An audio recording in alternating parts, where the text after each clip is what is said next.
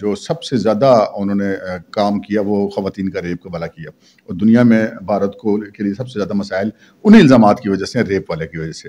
تو پاکستان کے اندر جن جن ٹارگٹس کو پاکستان تحریک انصاف نے نشانہ بنایا ہے، اور جس سے بھارت کے اندر یقیناً بہت خوشیاں منائی جا رہی ہیں، تو اگر یہ کام ہو جاتا ہے تو پھر اس کا پاکستان کو کوئی نقصان ہونا ہے یا نہیں ہونا، بھارت کو اس کا فائدہ بہت زیادہ ہونا ہے۔ بھارت کو فائدہ اس لیے اس کا ہونا ہے کہ بھارت کہے گا کہ مقبوضہ کشمیر کو پتہ ہے، یہ پتہ نہیں ہے یا نہیں ہے، دیکھیں پاکستان کے سیٹلڈ ایریا میں کیا کچھ ہو رہا ہے، اور پاکستان کی فوج اس طرح کر رہی ہے، الزامات تو پھر آپ کو پتہ ہے یہ اپنی مرضی کے مطابق لگاتے ہیں۔ تو یہ ایک آئی، اور پھر رانا ثناء اللہ صاحب نے کہا کہ جی ہمیں یہ پتہ چلا تھا، ابھی رات کو پریس کانفرنس کرنے کا مقصد یہ ہے کہ یہ آج ہی رات اس پلان پر عمل درآمد ہونا ہے، تو آج ہی رات پر عمل درآمد ہونا ہے، اس وجہ سے میں نے ہنگامی یہ پریس کانفرنس کی اور یہ بات بتائی ہے۔ اب یہ رانا ثناء اللہ صاحب کے پاس اس حوالے سے کتنے شواہد ہیں یا نہیں ہیں، کیونکہ جس کال کا انٹرسیپٹ ہونے کا وہ ذکر کر رہے ہیں وہ انہوں نے میڈیا کے سامنے پیش نہیں کی۔ اب اس کی جو وجہ سمجھ آتی ہے، جو ایک لاجک سمجھ آتی ہے، وہ یہ آتی ہے کہ وہ جو کال انٹرسیپٹ ہوئی ہے اس میں سے کوئی ایک فریق جو ہے وہ ضرور جو ہے وہ ہمارے حکومت سے، ایجنسیوں سے ملا ہوا ہے، اور اس کی مرضی سے سارا کچھ ہو رہا ہے، اور اسی وجہ سے یہ نہیں چاہتے کہ اس کا نام بھی سامنے آئے کہ یہ بات کس سے کی جا رہی ہے۔ تو ممکن ہے کوئی ایک فریق بیچ میں ایسا بھی ہو، اور اس چیز کا بہت زیادہ امکانات ہیں، کیونکہ جتنے لوگ پاکستان تحریک انصاف کو چھوڑ گئے ہیں اور جتنے اب اس میں رہ گئے ہیں، جو رہ گئے ہیں، ویسے سچی بات ہے کہ ان کے اوپر پھر شک تو سب کو ہو رہا ہے کہ یہ کہیں صرف اطلاعات فراہم کرنے کے لیے تو نہیں بیچ میں رکے ہوئے۔ تو یہ ایک چیز ہے۔ اب اس ساری صورتحال کے اندر کیا ہوا، اب یہ سارا معاملہ اگر ایکسپوز ہو گیا ہے تو لازم بات ہے اس فارمولے کے اوپر عمل نہیں ہوا، کیونکہ پریس کانفرنس ہوگی، ایک چیز مبینہ طور پہ جو پلاننگ تھی وہ سامنے آ گئی، تو ایک تھرتھلی مچ گئی، وہ پھر جو پلاننگ تھی اس پر عمل درآمد یقینی بات ہے روک دیا گیا ہوگا۔ لیکن کچھ لوگ ایسے ہوتے ہیں جو اس پلاننگ کو ایکسپوز ہونے کے باوجود اپنی کم علمی کی وجہ سے کہ وہ لیٹسٹ ڈیولپمنٹ سے بعض اوقات انفارم نہیں ہوتے، اور فرض کریں اگر کوئی رات کو بندہ سو گیا ہے اور صبح اس نے دیکھتے ہی ایک ٹویٹ داغ دی ہے اور اس کو یہ نہیں پتا کہ رات کو پریس کانفرنس ہوگی، تو چول بچ جاتی ہوتی ہے ویسے کبھی کبھی۔ تو کچھ لوگوں نے اس طرح کی باتیں کی اور جن کا کوئی سرے سے وجود نہیں تھا، کہ جو پاکستان تحریک انصاف کی خواتین گرفتار ہیں، میں نام لینا مناسب نہیں ہے، ان کے نام لکھ کر ٹویٹس میں یہ کہا گیا کہ جناب یہ ان کے ساتھ وہاں پر بڑی زیادتی ہو رہی ہے، ان سے جنسی زیادتی ہو رہی ہے جیلوں کے اندر، یعنی کہ یہ بات کی گئی باقاعدہ طور پہ، لیکن خیر یہ بات چلی نہیں کیونکہ رات کو سارا معاملہ ایکسپوز ہو گیا تھا۔ اچھا، اب اس سارے سینیریو کے اندر پھر ایک اور بڑی سمارٹ موو ہوئی۔ اب اگر ان کی فرض کریں ایک پلاننگ تھی اور وہ پکڑی گئی ہے، تو پھر دوسری سمارٹ موو انہوں نے کیا کی کہ یہ جو جتنا ہم پکڑے گئے ہیں، یہ پکڑے جانے والا معاملہ اسے پش چلا جائے تو کوئی اس سے بڑا واقعہ ہو جائے، وہ زیادہ انڈر ڈسکشن ہو جائے گا۔ تو بڑا واقعہ کیا تھا کہ جناب لندن میں نواز شریف پر حملے کی خبر چلا دی گئی کہ نواز شریف کے اوپر وہ حملہ کیا، وہ کالے ہیں اور وہ کہا جاتا ہے کہ وہ بلیک لائیوز میٹر والی تنظیم والے لوگ ہیں، اور نواز شریف صاحب اپنی فیملی کے ہمراہ کوئی کافی پینے کسی ریسٹورنٹ میں گئے ہوئے تھے، تو انہوں نے کوئی 10 کے قریب لوگ تھے، انہوں نے نواز شریف صاحب کی طرف بڑھنے کی کوشش کی، ایک آدمی کافی آگے بڑھ گیا جس کو پکڑ لیا گیا، اور اس نے پھر نواز شریف صاحب گاڑی میں بیٹھ چکے تھے تو کافی گاڑی کے اوپر پھینک دی۔ تو یہ ایک شور مچ گیا، اور جتنے مسلم لیگ نون کے سوشل میڈیا ونگ تھے اس پر سارا فوکس انہوں نے اس کی طرف کر دیا، اور میاں صاحب پر حملہ ہو گیا، میاں صاحب بچ گئے اور یہ بالکل برداشت نہیں کیا جائے گا، یہ سارا شور شرابہ مچا کے اپنی طرف سے انہوں نے پارٹی کے ساتھ وفاداری کا ثبوت دیا۔ لیکن دراصل وہ خبر دب گئی جو دبائی جانا کے لیے یہ سارا کام کیا گیا تھا، یعنی کہ جو عمران خان صاحب کی پارٹی کی جو ایک ہی اسپیشلٹی ہے وہ سوشل میڈیا پروپیگنڈا، اس پروپیگنڈے کے تحت انہوں نے وہ کر دیا، اور اس کے بعد کیا ہوا کہ وہ جو اصل خبر تھی وہ دب گئی اور لوگوں کا توجہ ڈائیورٹ ہوگی نواز شریف صاحب کی طرف۔ خیر اب یہ معاملہ ہوا۔ اب اس سارے معاملے کے بعد ہوا کیا کہ جب یہ پریس کانفرنس ہوگی، یہ چیزیں سامنے آ گئی کہ یہ ہو رہا ہے، تو پھر جو سرکاری حکام ہیں ان کے لیے اپنی جگہ پہ پریشانی بن گئی ہے کہ جناب ہم کیسے بچیں اس سے، کوئی پتہ نہیں کس وقت ہمارے اوپر کیا الزام لگ جائے۔ تو اس حوالے سے جناب ایک تو اسلام آباد پولیس نے ایک ٹویٹ کیا، پہلے آپ کو میں ٹویٹ بتاتا ہوں، پھر جو میرے پاس خبر ہے میں وہ بھی آپ کو بتاتا ہوں۔ ٹویٹ انہوں نے یہ کیا ہے، اسلام آباد پولیس کا جو آفیشیل ٹویٹر ہینڈل ہے اس پہ کہا گیا کہ اطلاعات کے مطابق محکموں کو بدنام کرنے کی منظم مہم کا آغاز کیا گیا ہے، ہر عہدے کے افسران کو نشانہ بنایا جا رہا ہے تاکہ اداروں کی بدنامی کی جا سکے، تمام خواتین قابل احترام ہیں لیکن کچھ کو اس مہم میں استعمال کیا جا سکتا ہے، ایسے مضموم ہتھ کنڈے غیر ملکی انٹیلیجنس ادارے ماضی میں بھی استعمال کرتے رہے ہیں، تمام افسران کو ہدایت کی جاتی ہے کہ کسی بھی ایسی چال سے بچنے کے لیے معاملات کو شفاف رکھیں، تمام دفاتر، تھانہ جات اور حوالات میں کیمرے ٹھیک رکھیں۔ یہ تو جناب وہ خبر ہے۔ دوسری جناب خبر یہ ہے اسی سے ریلیٹڈ کہ اسلام آباد پولیس نے بالخصوص یہ کام کیا ہے، اور باقی جو پاکستان کے اندر دیگر جو تفتیشی ادارے ہیں، پنجاب پولیس ہو گئی، نیب ہو گیا، FIA ہو گئی، یعنی کہ جو تفتیش کرتے ہیں اور کسی بھی تفتیش میں کسی خاتون سے تفتیش کیا جانا جو ہے وہ مطلوب ہے، تو احکامات یہ جاری کیے گئے ہیں اسلام آباد پولیس کی طرف سے، IG کی طرف سے، کہ جناب کوئی جو تفتیشی افسر ہے وہ کسی خاتون سے تفتیش جب کرے گا تو کسی بھی صورت میں وہ کسی خواتین پولیس اہلکاروں یا دیگر جو خواتین ہیں ان کی موجودگی کے بغیر تفتیش نہیں کرے گا، یعنی کہ کسی اکیلی خاتون سے، چاہے وہ زیر حراست ہے یا نہیں ہے، اس سے کوئی مرد اہلکار اکیلا تفتیش نہیں کرے گا، یعنی کہ وہ خاتون اگر اکیلی ہو تو تفتیش نہیں کی جائے گی، مرد زیادہ بھی ہو تو کوئی مسئلہ نہیں، لیکن خواتین زیادہ ہونی چاہیے، ایک تو یہ بات ہے۔ دوسری یہ بات ہے کہ ایک ہنگامی حکم جاری کیا گیا جس کے اوپر پورے پاکستان میں جتنے سرکاری محکمے وہاں پہ دوڑیں لگی ہوئی ہیں، وہ یہ ہے کہ جتنے CCTV کیمراز ہیں، چاہے وہ اسلام آباد یا لاہور کی سیف سٹی کیمراز ہوں،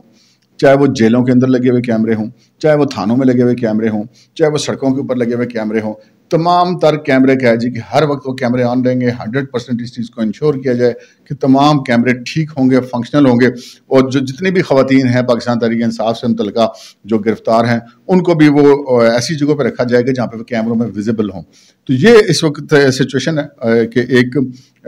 پلاننگ ہے، کوشش ہے کہ چیزوں کو ڈائیورٹ کیا جائے اور پھر بین الاقوامی اداروں کو کہا جائے کہ دیکھیں پاکستان میں کتنا ظلم ہو رہا ہے، کیونکہ باقی اصل میں جو ظلم ہے وہ تو 9 مئی کو جو ہونا تھا وہ ہو چکا ہوا ہے، جو پاکستان کے ساتھ ظلم ہونا تھا وہ تو انہوں نے کر دیا ہوا ہے، تو اب اس ظلم سے توجہ اٹھانے کے لیے یا دوسری مہم ایسی چلانے کے لیے کہ پاکستان کو انٹرنیشنل لیول پہ بدنام کیا جا سکے، خان صاحب ویسے اپنے لیے اپنی ذات کے لیے کچھ بھی کر سکتے ہیں،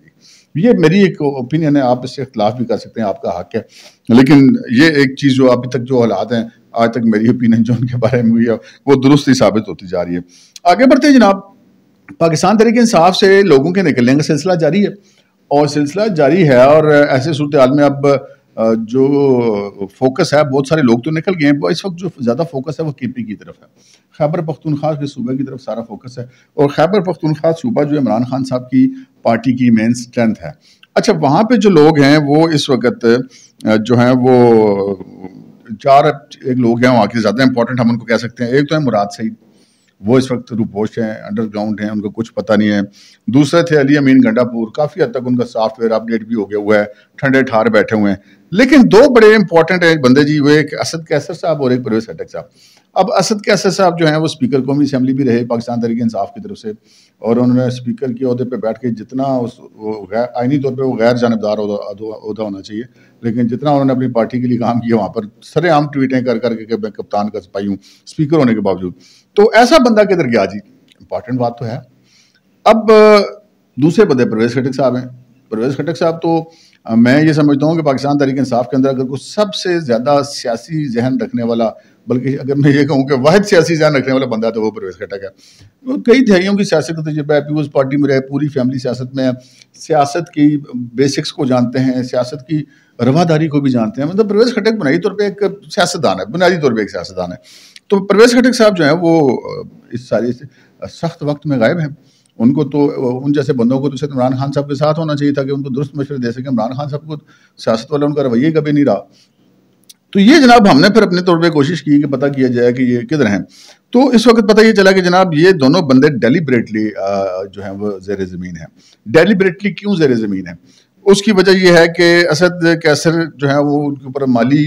حوالے سے کافی ساری انکوائریز چل رہی ہیں، میں تفتیش کی بات نہیں کر رہا، تحقیقات کی بات کر رہا ہوں، بہت سارے معاملات چل رہے ہیں اس وقت، اور اسد کیسر صاحب بلا شبہ PTI سے پہلے تو وہ بالکل ہی شاید کوئی میڈیوکر تھے، اور اب وہ مطلب اربوں خربوں پتی ہیں، ان کی جائیدادوں کا کوئی حساب نہیں ہو رہا، اور یہ پتہ چلا کہ کوئی ہزاروں کنال زمین انہوں نے سوابی میں بھی لی ہے، اس والا بھی معاملہ ہے۔ تو وہ ڈیلیبریٹلی اسد کیسر صاحب جو ہیں وہ زیر زمین ہیں کہ جب تک حالات ٹھنڈے نہیں ہوتے اس وقت باہر نہیں آنا، اور ٹھنڈے ویسے جلدی ہوتے ہوئے مجھے نظر نہیں آ رہے۔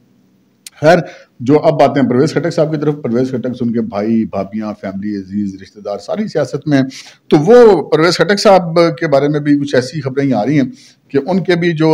بہت سارے اثاثات اس دوران ان کے ایسے بنے ہیں جو خاصے مشکوک ہیں، اور سنا ہے پنڈی میں بھی انہوں نے بڑے اثاثے بنائے ہیں، تو وہ بھی اسی وجہ سے زیر زمین ہے، کیونکہ جب KP میں بھی اور وفاق میں بھی اور پنجاب میں بھی کہیں بھی ان کی پارٹی کی حکومت نہیں ہے، اور پارٹی کے لیڈر صاحب 9 مئی کروا بیٹھے ہوئے ہیں، تو ایسی صورتحال میں بندہ کہے کہ جی میں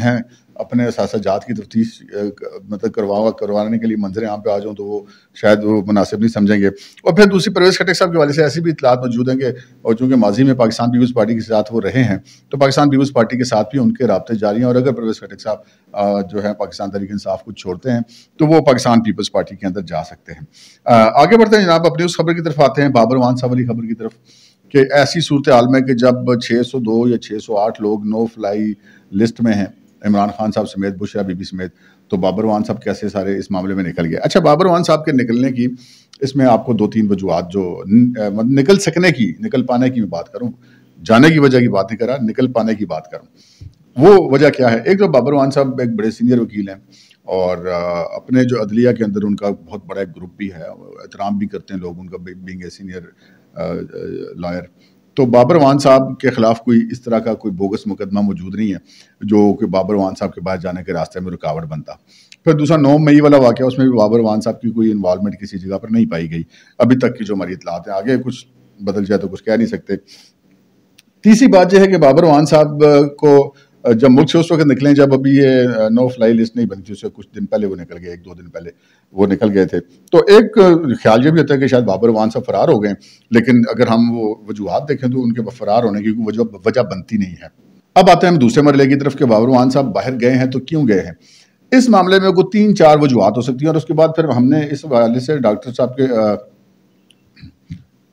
اس حوالے سے بابر اعوان صاحب کے بھائی جو ہیں فاروق اعوان, ان سے بھی بات کی ہے, وہ بھی آپ کے ساتھ تفصیل شیئر کرتے ہیں. اچھا, یہاں پہ اب 3-4 وجوہات بیان کی جا سکتی ہیں. ایک تو یہ ہے کہ جی کیا بابر اعوان صاحب تو ویسے ذاتی طور پر لندن گئے ہیں, پاسبل ہے. دوسری ایک گوسپ چل رہی ہے کہ جی وہ کوئی نواز شریف صاحب سے ملاقات کرنے کے لیے گئے ہیں. تیسری ایک گوسپ چل رہی ہے کہ وہ جمائمہ سے ملاقات کے لیے گئے ہیں. اب جمائمہ سے ملاقات کے لیے کیوں گئے ہیں, اس حوالے سے 2 آگے سے مزید اس کے گوسپ چل رہے ہیں. ایک گوسپ تو یہ چل رہی ہے کہ چونکہ بابر اعوان صاحب کا اسٹیبلشمنٹ کے ساتھ کوئی بہت اچھا تعلق بھی رہا ہے, تو ممکن ہے کوئی اسٹیبلشمنٹ کو کوئی میسج جمائمہ کے لیے لے کے گئے ہوں کہ وہ عمران خان کو سمجھائیں یا بتائیں یا جو بھی اس میں ایک رول پلے کریں. اور دوسری یہ بات ہے کہ وہ عمران خان صاحب کا کوئی میسج لے کے جمائمہ کے پاس گئے ہیں. تو اس حوالے پر آتے ہیں. ذرا میں پہلے آپ کو بتا دوں کہ جو بابر اعوان صاحب کے جو بھائی ہیں فاروق اعوان صاحب, وہ وزیر مملکت کے برابر رہے ہیں, مشیر برائے امور قانون جب یوسفزئی گیلانی صاحب وزیر اعظم تھے. تو ان سے میری بات ہوئی اب سے کچھ دیر قبل فاروق اعوان صاحب سے. تو فاروق اعوان صاحب نے کہا کہ پہلی بات تو یہ ہے کہ بابر اعوان صاحب کا یہ جو دورہ ہے یہ سارے اس سیناریو سے پہلے کا شیڈول ہے, تو لہٰذا ہم یہ کہیں کہ اگر وہ کوئی اچانک گئے تو ایسی کوئی بات نہیں ہے. اور پھر انہوں نے کہا کہ جب میں نے ان سے مختلف سوالات کیے, جو میں نے آپ کے سامنے جتنے آپشنز رکھے ہیں سب کے حوالے سے میں نے ان سے بات کی, تو انہوں نے کہا کہ جی جو بابر اعوان صاحب نے نواز شریف صاحب سے ملنے تو قطعاً نہیں گئے, کیونکہ نواز شریف بقول ان کے فاروق صاحب کے اور جو ان کا موقف ہے کہ جی بابر اعوان کہ نواز شریف صاحب تو ایک سزا یافتہ مجرم ہیں, تو ان سے تو ملنا تو ہے نہیں کیونکہ پاکستان کی سیاست میں میٹر نہیں کرتے. اب یہ بات ان کی میٹر کرتے ہیں یا نہیں کرتے اس پہ بحث کی جا سکتی ہے, لیکن یہ میں فاروق اعوان صاحب کا موقف آپ کو بتا رہا ہوں. دوسرا نے کہا کہ جی نواز شریف صاحب سے تو وہ ملاقات کرنے کے لیے قطعاً نہیں گئے. اور پھر تیسری بات انہوں نے کہی کہ جی وہ جمامہ سے ملاقات کے لیے گئے یا نہیں گئے, تو انہوں نے کہا کہ جی میں آپ کو بتا چکا ہوں کہ وہ اپنی ذاتی وجوہات کی بنا پر گئے ہوئے ہیں, اور وہ جو ہیں وہ جمامہ سے ملاقات ان کی ہو بھی سکتی ہے, لیکن ایسے کوئی مشن اس وقت ان کے علم میں نہیں ہے کہ وہ بابر اعوان صاحب کو کسی ایسے مشن پر وہاں پر گئے ہوئے ہیں. اور پھر جب میں نے ان سے پوچھا کہ جی آبویسلی جمامہ صاحبہ اگرچہ کہ عمران خان صاحب کی اہلیہ نہیں ہے لیکن ان کے بچوں کی ماں ہے, تو عمران خان کی ذات سے ان کو کنسرن بھی تو ہو سکتا ہے نا, وہ اس والے سے کوئی میسیجنگ وغیرہ. تو انہوں نے اس چیز سے انکار کیا, انہوں نے کہا کہ جی ایسی کوئی بات نہیں ہے, اور پہلے سے دورہ تھا شیڈول, اور انہوں نے کہا کہ چند دنوں کی بات ہے, ہفتوں کی بات نہیں, چند دنوں میں بابر اعوان صاحب واپس آ جائیں گے. اچھا, یہ تو ہو گیا معاملہ جو کہ فاروق اعوان صاحب نے بتایا بابر اعوان صاحب کے بھائی نے. اچھا, اس سارے معاملے کے اندر جو ہمارے ذرائع ہیں وہ کچھ اور کہتے ہیں. وہ یہ کہتے ہیں کہ جی وہ اسٹیبلشمنٹ کا تو قطعاً کوئی پیغام لے کر نہیں گئے, کیونکہ اسٹیبلشمنٹ کے ساتھ اب ان کے رابطے بھی تقریباً نہ ہونے کے برابر ہی ہیں, کیونکہ جب عمران خان صاحب کے ساتھ وہ رہے تو پھر ایک وقت آ گئے تھے کہ اسٹیبلشمنٹ نے بالکل ہی رابطے ختم کر دیے تھے کہ سیاستدانوں سے ہم نے رابطے نہیں کرنے, تو بابر اعوان صاحب کے ساتھ بھی ان کے رابطے نہیں رہے. آگے بڑھتے ہیں تو اگلا پھر آ جاتے ہیں عمران خان صاحب. آپ کو یاد ہوگا عمران خان صاحب نے 2-3 دن پہلے ایک تصویر بھی لگائی تھی اپنے دونوں بیٹوں کے ساتھ, وہ کھڑے ہوئے ہیں ایک پہاڑی مقام پر, کہا کہ میں مس کر رہا ہوں بچوں کے ساتھ ہائکنگ شمالی علاقہ جات میں. اب یہ کہا جاتا ہے کہ یہ جو تصویر ہے بنیادی طور پہ یہ کسی اور کو دکھانے کے لیے نہیں لگائی گئی تھی, جمائمہ کو دکھانے کے لیے لائی گئی تھی, کہ اس کے دل میں یہ بات پیدا ہو کہ دیکھو میرے بچوں کا باپ ہے, اپنے بچوں کو مس کر رہا ہے. اور پھر کچھ ایسی خبریں آئی بھی تھیں کہ جمائمہ سمت جو گولڈ سمتھ فیملی سے ہیں, اور گولڈ سمتھ فیملی وہ ہے جو انٹرنیشنل اسٹیبلشمنٹ یعنی کہ یہودی لابی کے اندر بڑا اثر رسوخ رکھتی ہے. اور جو جمائمہ کی فیملی ہے، گولڈ سمتھ فیملی، وہ جو اصل اسٹیبلشمنٹ ہے، انٹرنیشنل اسٹیبلشمنٹ یہودی لابی جس کو کہا جاتا ہے، اس کے اندر بڑا اثر رسوخ رکھتی ہے. اور یہ جتنی عمران خان صاحب کے لیے جو امریکن کانگریس مین اور دیگر جو ان کے لابسٹ ہیں اور دیگر جو فرمز جن کی انہوں نے خدمات ہائر کی ہیں باقاعدہ آن پیمنٹ، ان ساروں کے بیچ میں اس گولڈ سمتھ فیملی کا بڑا عمل دخل ہے. اور جمائمہ اور ان کے بھائی زیک گولڈ سمتھ عمران خان صاحب کو بچانے کے لیے سخت متحرک ہیں اور وہ پوری کوشش کر رہے ہیں کہ کسی طریقے سے عمران خان صاحب کو اس ساری صورتحال میں ریسکیو کیا جائے اور ان کو پاکستان سے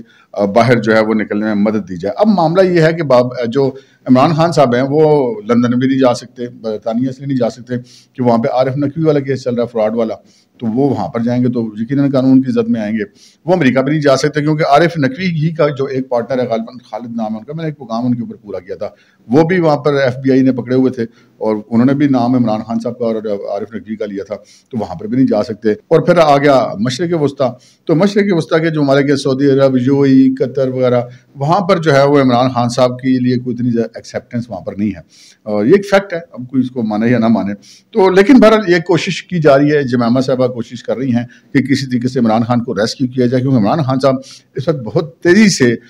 جو ہے وہ جا رہے ہیں اس طرف جو کہ آرمی ایکٹ اور ملٹری کورٹس کی طرف معاملہ جا رہا ہے اور وہاں پر ان کو لمبی سزا ہونے کا بھی امکان ہے. تو یقیناً جمائمہ اور ان کے بچے نہیں چاہیں گے کہ عمران خان کو ایسی کوئی سزا ہو، تو وہ ایک کوشش کر رہی ہیں اپنے طور پہ پوری کہ وہ عمران خان صاحب کو ملک سے باہر نکلوایا جا سکے. لیکن عمران خان صاحب ملک سے باہر نہیں جانے دیا جائے گا ان کو. اس کی دو وجوہات ہیں، وہ کیا ہیں وہ میں آپ کو بتاؤں گا. اس سے پہلے ذرا میں بات کر لیتا ہوں. وہ ایک خبر آئی، اسحاق ڈار صاحب نے ایک انٹرویو دیا سلیم صافی صاحب کو، اور اس میں انہوں نے کہا کہ اگر عمران خان 9 مئی والے واقعات کی معافی مانگیں تو پھر ان سے جو سیاسی مذاکرات کیے جا سکتے ہیں. میرا خیال میں یہ دونوں ہی چیزیں جو آفر ہے اسحاق ڈار صاحب کی، یہ بھی ایک آئی واش ہے. اور جو عمران خان صاحب نے ایک 7 اراکین پر مشتمل ایک نوٹیفیکیشن جاری کیا تھا پارٹی کے مذاکرات کاروں کے والے سے، وہ بھی ایک آئی واش ہے. عمران خان صاحب نے وہ کیوں وہ جاری کیا تھا؟ وہ جاری اس لیے کیا تھا کہ اس کے بیچ میں جو زیادہ تر لوگ ہیں وہ ہیں جو ان سارے مقدمات میں مطلوب ہیں اور مفرور ہیں. تو وہ تو ایک پتہ لگ جاتا ہے کہ ایک نان سیریس بات ہے. وہ صرف ایک